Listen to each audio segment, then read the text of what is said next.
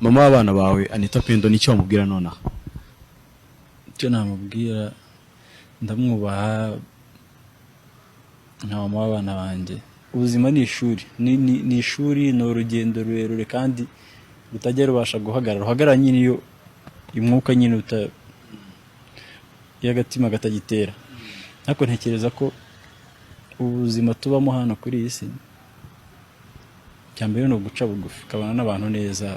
Nkina muri Rayon Sports twatwaye igikombe nka bingahe, nibinyire byanshimishije.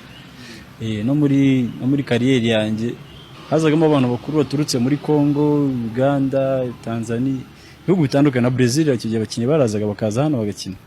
By'umwihariko iyo umupapa se w'umwana uwo munsi umwana yavutseho, ufite ikintu cy'umwihariko uri bukorere mama we cyangwa se uwamwibarutse, cyane cyane ko wamwamibarutse mwembi nk'ababyeyi, ariko action ya nyuma uruhare ruba rusigaye ari urw'umubyeyi ndetse no gutangira kumurera bwa mbere no kumwitaho n'iki.